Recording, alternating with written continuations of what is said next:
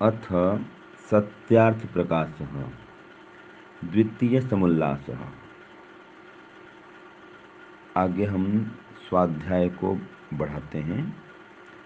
इसमें कहा, जैसे अन्य शिक्षा की वैसे चोरी, जारी, आलस्य, प्रमाद, मादक द्रव्य, मिथ्या भाषण, हिंसा, क्रूरता, ईर्ष्या, द्वेष, मोह आदि दोषों को छोड़ने और सत्याचार के ग्रहण करने की शिक्षा करें। तो ये स्वामी जी लिखते हैं कि जैसे बहुत सारी बातें सिखाते हैं, ऐसा करना, ऐसा करना, ऐसा करना, ऐसा करना, तो जो जो गुण है वो सब सिखलाते हैं, बतलाते हैं। ऐसे ही जो दुर्गुण हैं वो भी बतलाने देते हैं कि ऐसा नहीं करना, ईर्ष्या द्वेष नहीं करना, चोरी जारी नहीं करना, आलस्य प्रमाद नहीं करना, मादक द्रव्य सेवन नहीं करना, मिथ्या भाषण नहीं करना, ये सभी बताना चाहिए। फिर आगे लिखते हैं, क्योंकि जिस पुरुष ने जिसके सामने एक बार चोरी जारी, मिथ्या भाषण आदि कर्म किया, उसकी प्रतिष्ठा उसके सामने मृत्यु पर्यंत नहीं होती। जैसी हानि प्रतिज्ञा मिथ्या करने वाले की होती है, वैसी अन्य की नहीं होती। इससे जिसके साथ जैसी प्रतिज्ञा करनी, उसके साथ वैसे ही पूरी करनी चाहिए। जैसे किसी ने किसी से कहा, मैं तुमको व तुम मुझको या मुझसे अमुक समय में मिलना या मिलूँगा, तो अमुक वस्तु अमुक समय मिल कर मैं तुमको दूंगा। इसको वैसे ही पूरी नहीं करें तो उसकी प्रतीति कोई भी नहीं करेगा। इसलिए सदा सत्य भाषण और सत्य प्रतिज्ञा युक्त सबको होना चाहिए। तो ये स्वामी ने लिख दिया कि सत्य भाषण ही करना चाहिए। एक बार किसी को बता दिए कि ये काम करना है, इसमें मिलना है, और वो काम नहीं करे, उससे नहीं मिले, तो फिर विश्वास नहीं होता है।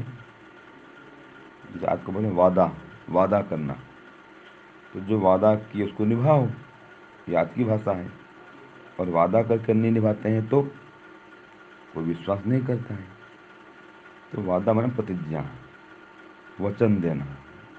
तो जो वचन दिए उसको निभाना चाहिए, जो प्रतिज्ञा किए उसको पूरा करना चाहिए। इस बात को स्वामी जी बतलाते हैं।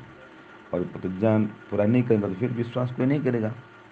जो प्रतिज्ञा भंग करता है उसका विश्वास फिर लोग नहीं करते हैं। तो ये स्वामी जी ने कह दिया कि सत्य पर आरूढ़ रहें, और जो सत्य शिक्षा प्रदान करें तो उसी प्रकार से उसके साथ साथ ये भी सिखा दें कि ऐसे ऐसे जो आलस्य, प्रमाद आदि हैं, मिथ्या भाषण, हिंसा आदि कर्म हैं, इनसे दूर रहना चाहिए, इनसे हानि होती है।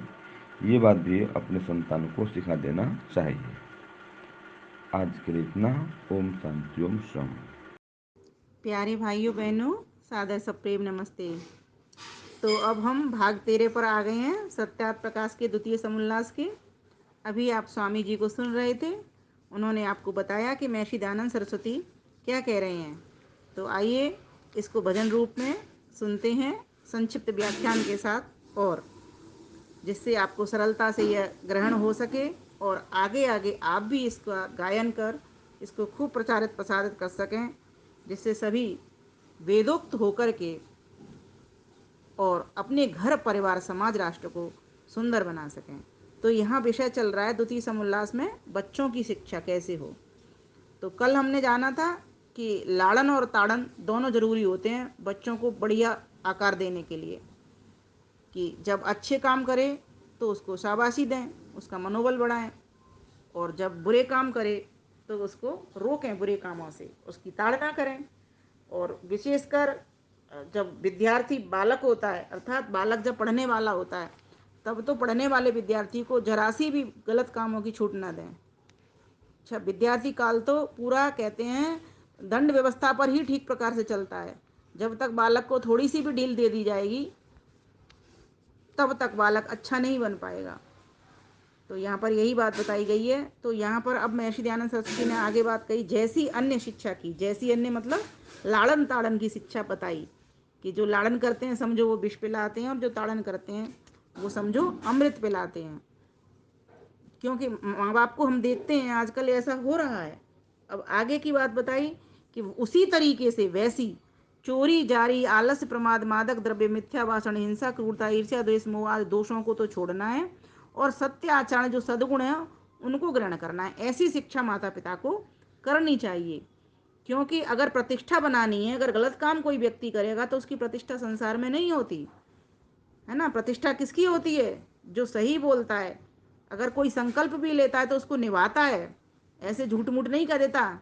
इसके उदाहरण भी महर्षि दयानंद सरस्वती ने दिया, जैसा कि अभी आप सुन रहे थे कि मैं तुमको उस समय पर मिलूंगा और उस समय पर पहुंचते नहीं है, तो प्रतिष्ठा गिरती है ना, हानि होती है ना।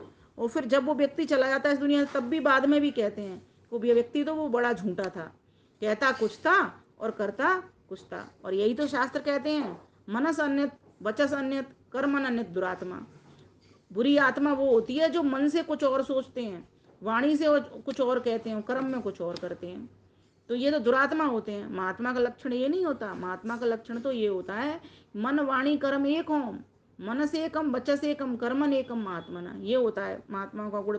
तो हमको तो अपने बच्चे अपने महात्मा बनाने हैं ना। हम पहले स्वयं को महात्मा बनाना है, फिर अपने बच्चों को महात्मा बनाना है। तो जो महात्मा होगा वही तो महान आत्मा अपने बच्चों की बनाएगा। तो महान आत्मा बनाने के लिए क्या करना चाहिए, महर्षि देव दयानंद हमको ये सिखा रहे हैं। तो आइए, मैंने इसका भजन बना दिया, भजन के रूप में अब गायन कर लेते हैं। तर्ज रहेगी इसकी, सारे जहां के मालिक। बतला रहे ऋषिवर बच्चों की सीख क्या हो, माली वही हो अच्छा, उपवन सुसींचता हो। माली वही हो अच्छा, उपवन सुसींचता हो।